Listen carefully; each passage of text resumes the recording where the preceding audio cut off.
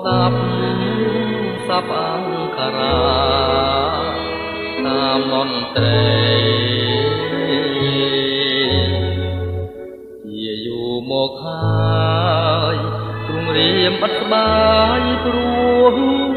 តែស្រីចង់ជួបជួនស្ងួនពិសេសណមីបំពេគេងកាយដៃស្រមៃឃើញស្នេហ៍ដូចដួងខែរះពេញបរមីតើធ្វើម្ដេចនឹងមាននិស័យឈោងដៃដល់នោមកែវផានីហត់កង្វល់ទុកអំពើដែលរៀមនឹកខ្លាចមកអូនបានទៅគេបាននេះអូនស្រាប់បានទេ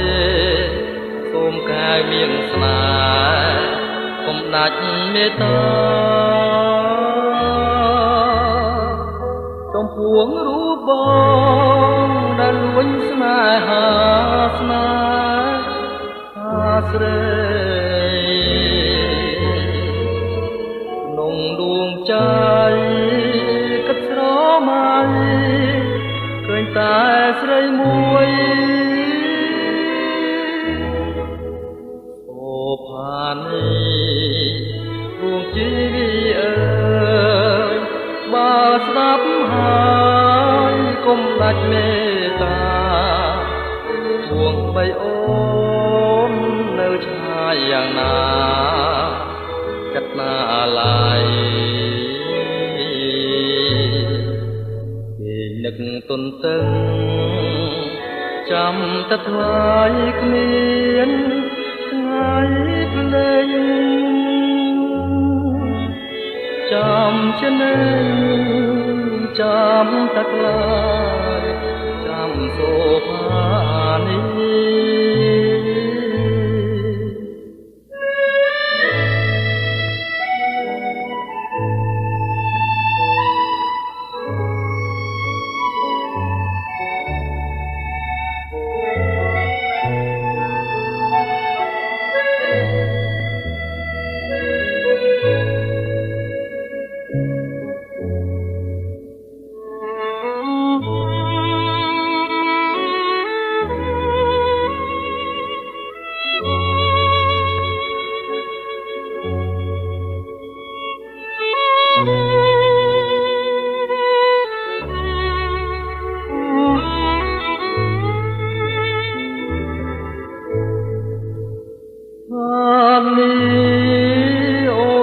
បានទេ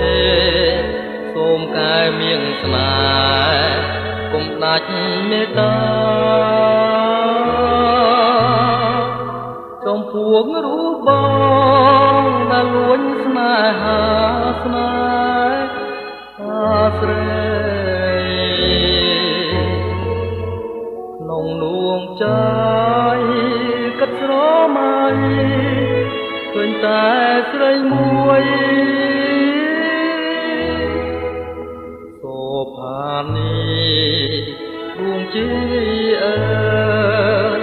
បើស្លាប់ហើយកុំដាច់មេត្តាទួងបីអូននៅឆ្ងាយយ៉ាងណា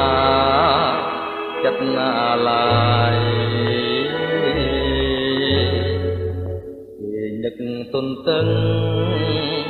ចាំតែថ្លៃគ្មានថ្ងៃភ្លេង